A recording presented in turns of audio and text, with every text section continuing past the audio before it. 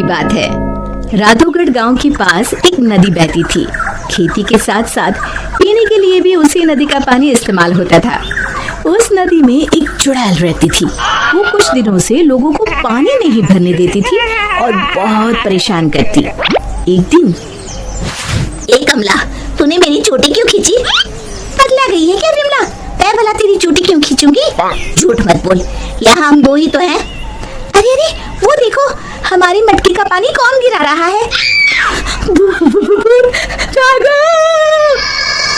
रास्ते में उन्हें भुवन मिला, जो बैलों को पानी पिलाने नदी लेकर जा रहा था। क्या हुआ?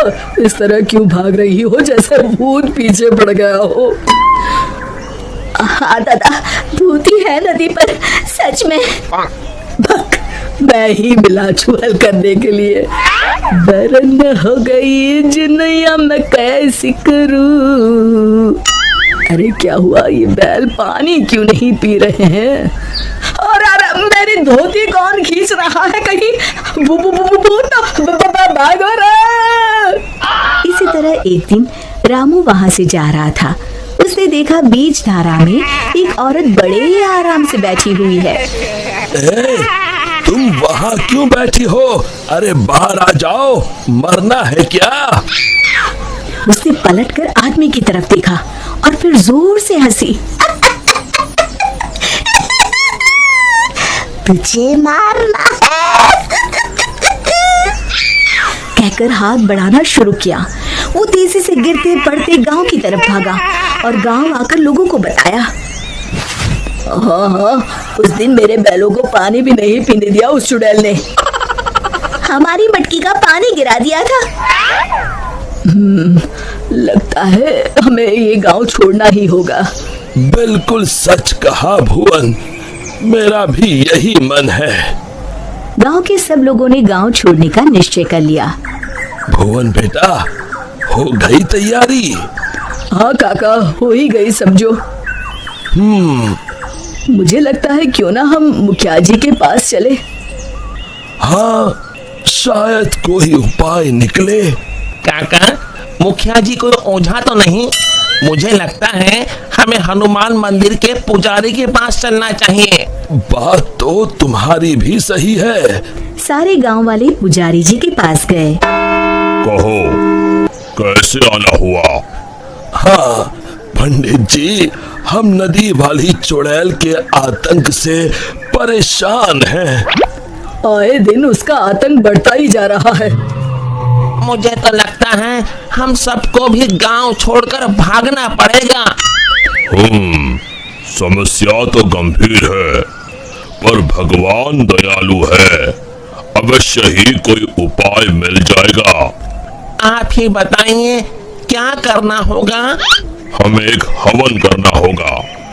जैसे ही उस हवन का पवित्र धुआं उसे लगेगा, वो श्राप मुक्त हो जाएगी। पर चुड़ैल को हवन कुंड तक लाना असंभव है। असंभव में ही संभव छुपा है भुवन। तो हवन किया जाए। कल हस्त नक्षत्र है, कल ही ठीक रहेगा। ठीक है पंडित जी। आप लोग इस सामग्री की व्यवस्था कर लीजिए। मैं ब्रह्म मुहूर्त में वहां पहुंच जाऊंगा। हम सब भी पहुंच जाएंगे। हवन कुंड तैयार है, मैं जल लेकर आता हूँ नदी से। किसकी मौत आई है जो मुझे सोते ही जगाने चला आया? चुड़ैल जी, आप सोइए, मैं तो पूजा के लिए जल लेने आया हूँ। ये नदी मेरी है, इसका पानी भी मेरा, समझे? और हाँ, अपनी अकल को प्रसाद के जैसे बांटना बंद करो, समझे? पर क्यों चुड़ैल जी? क्योंकि मैंने ऐसे कहा। अब चुप, एकदम चुप। चुड़ैल जी, क्यों ना एक शर्त लगाई जाए। जो हारेगा उसे दूसरे की बात माननी पड़ेगी। बोलो, मंजूर है? तुम साधारण गांव वाले मुझ जैसी ताकतवर चुड़ैल से शर्त लगाओगे?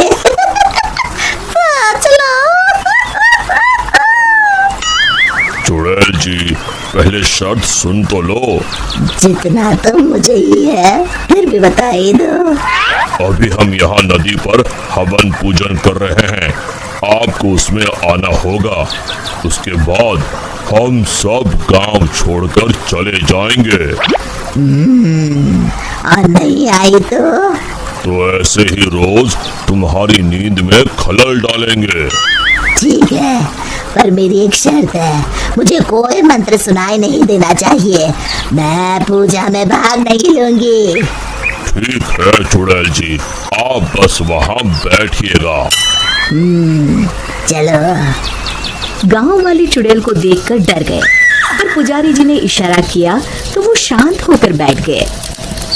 जैसे ही पंडित जी ने आखिरी आहुति आग में डाली और धुआं चुड़ैल की तरफ गया, वो जलने लगी और जोर जोर से चीखने लगी। बचाओ, मैं जल रही हूँ, बचाओ, बचाओ, मैं सबको खा जाऊंगी, किसी को नहीं छोड़ूंगी। बचाओ। धीरे धीरे उसकी आवाज शांत हो गई। सब लोग सोच रहे थे कि चुड़ैल जलकर राख हो जाएगी, पर ये क्या? उस डरावनी चुड़ैल की जगह पर एक खूबसूरत परी खड़ी थी। वो मुस्कुराते हुए बोली, मैं एक परी हूँ। एक शाप के कारण मुझे चुड़ैल बनना पड़ा। आज आपके कारण मैं शाप मुक्त हो गई हूँ। अब मैं परी लोग जाऊंगी। उससे पहले एक वरदान देना चाहती हूँ। मांगो, क्या मांगती हो? अगर कुछ देना है तो ऐसा वरदान दो कि इस नदी का पानी कभी न सूखे। तथास्तु कहकर परी उड़ गई। फिर सब खुशी खुशी रहने लगे। शिक्षा, समस्या की जड़ तक पहुंचे बिना हार नहीं मानना चाहिए।